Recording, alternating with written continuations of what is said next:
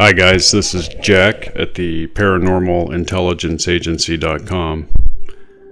Today we're going to discuss an interesting topic on the intent of UFOs. The footage you're seeing now is a UFO that I caught in November 30th of 2008. This was over the foothills of Denver, and it was after a few nights of anomalous lights being reported that I was able to capture the footage you are seeing now. This was a morphing UFO that went into various shapes. It was spinning around. It also had a barbell shape at various times. And at the time, I was quite shocked that I was actually filming a real UFO. But the point here isn't to show you yet another UFO video, but to talk about the intent of UFOs. And when it comes to intent, the only people who can really tell us anything are the UFO abductees, and that's a topic I covered in our last video, Walking Among Us, the Alien Hybrid Threat. And when we look at UFO videos, and there's a million of them, we know what the craft look like. What we need to know is what's happening inside the craft, what the intent is. That's footage from a television show called Alien Contact that's produced by the Science Channel. This footage is actually available on YouTube for anybody to watch, but what it discusses is the fact that in various locations around the world, UFOs have been seen draining vast amounts of water from the earth. Here in Chile, there were 2 billion gallons taken overnight from a single lake, and here is a picture of the before and after. There were investigations. There were no cracks or earthquakes or sinkholes or anything to explain why the water had disappeared, other than the mayor and various villagers had watched a enormous UFO hovering over the lake all night long, only to wake up and have all of the lake drained. This is a story that's available from various sources, but the point is that this isn't a singular incident. The television show Ancient Aliens just ran an episode discussing that in outlying areas of Australia, the farmers are having a very difficult time farming because their water supplies keep being sucked up by UFOs. The farmers keep finding burn circles and keep having the water that they need for their crops taken and to literally water their animals, and it's gone overnight. So we have various examples here of UFOs sucking water. And here is yet another story of an Australian farmer. And he describes a big appendage coming down into the water tower at his farm. The tube-like extension from the bottom of the object. There's all sorts of speculation about whether or not this has to do with some sort of fuel cycle or something like that. Given what transpired in this encounter, there was a major connection with water.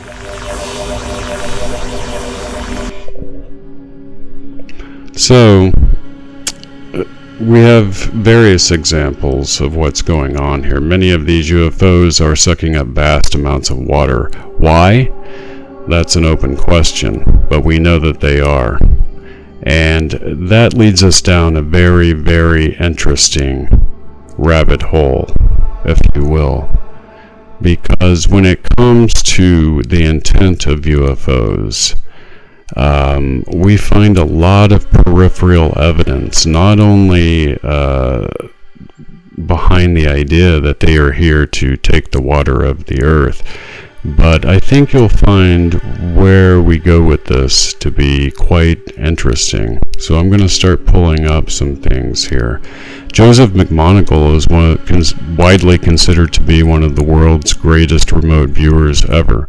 He received a Legion of Merit award for his intelligence collecting as a remote viewer for the CIA. Now, Joseph McMoneagle, during a episode of History Channel's UFO Hunters, explains that he was given a blind remote viewing target by autec, which is the U.S. military's underwater Area 51. It is where all of our top secret underwater warfare machinery is tested. This blind target was given to him because apparently autec was having a very hard time with incredibly fast moving objects underwater that they could not identify.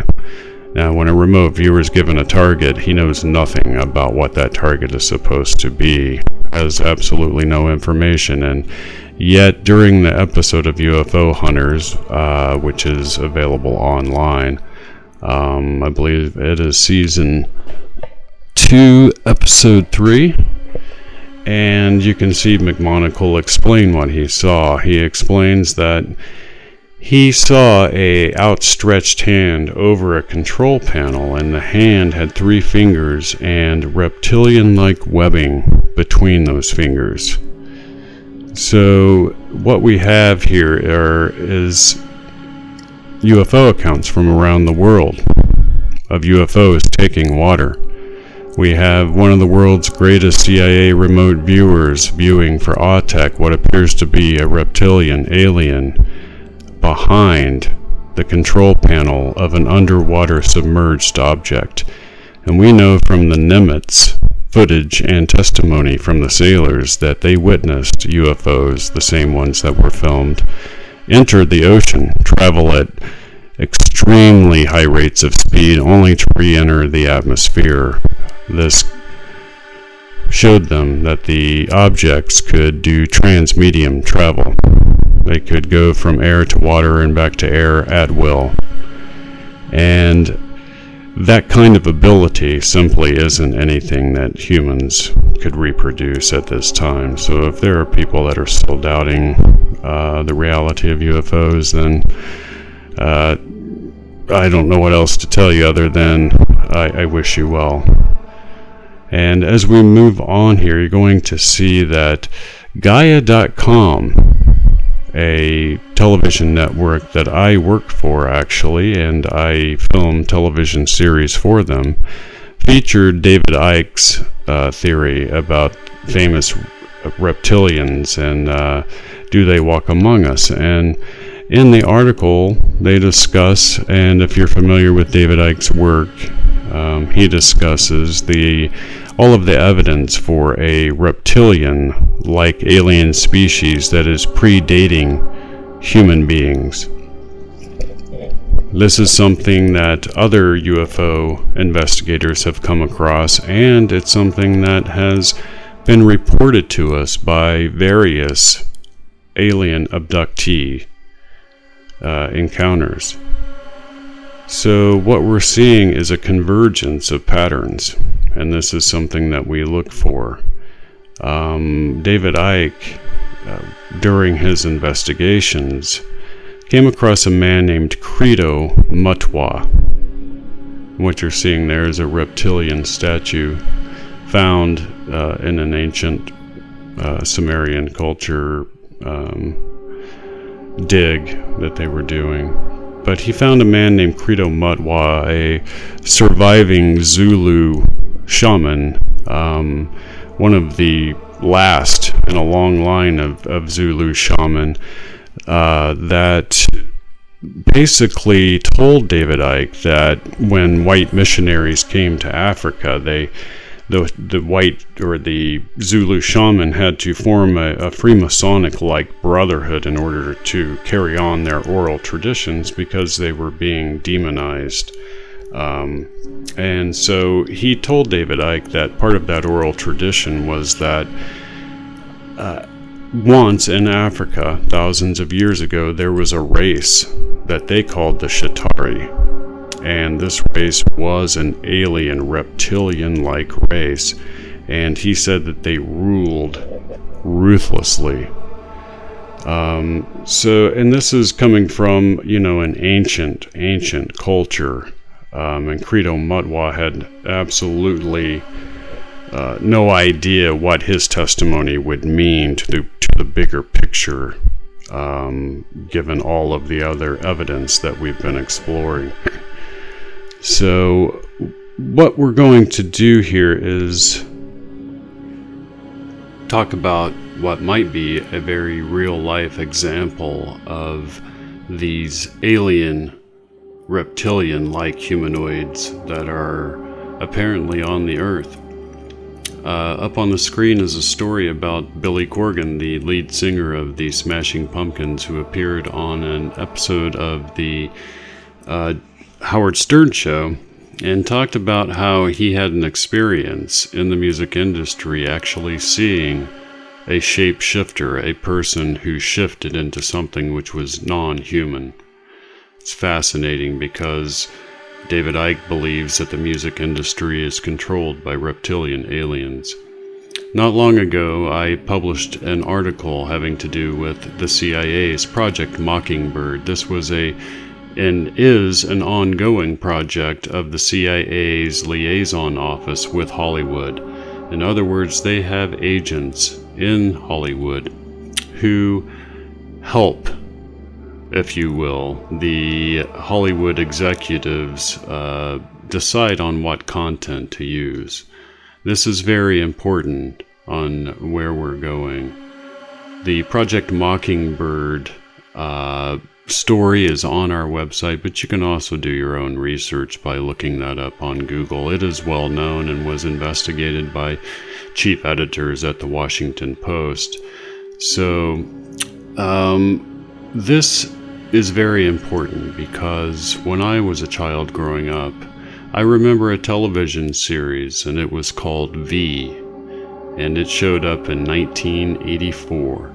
And that television series describes a race of alien creatures who came to the Earth to take the Earth's water and to cryogenically freeze humans for food to take back to their home planet.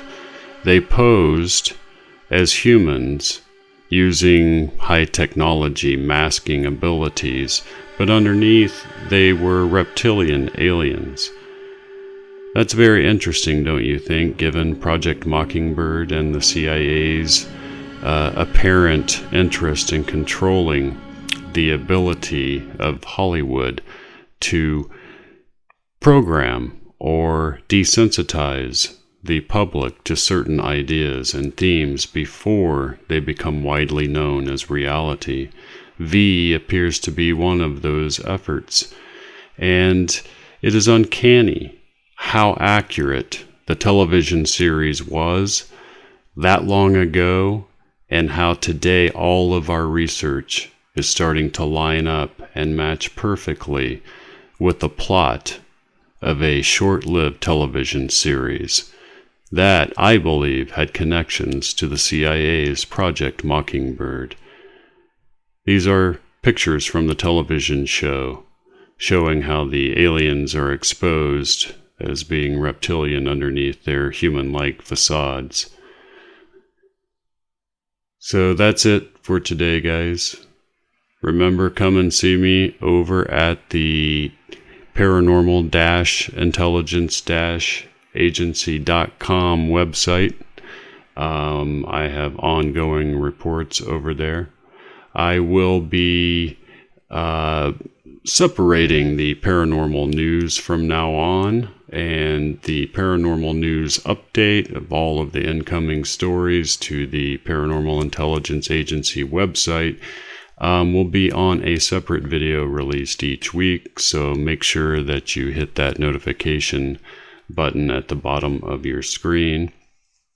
And make sure you subscribe. Help us get more of this information out to the public.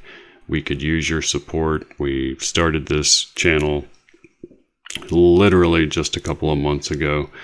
So we're just now getting up and running, and plan on producing quite a bit of content that you really won't find on any of the other YouTube channels. So stay with us, and make sure you come to the Facebook webpage, and to the Twitter account. So you can find us on all of those different places. But until then, I will see you next time.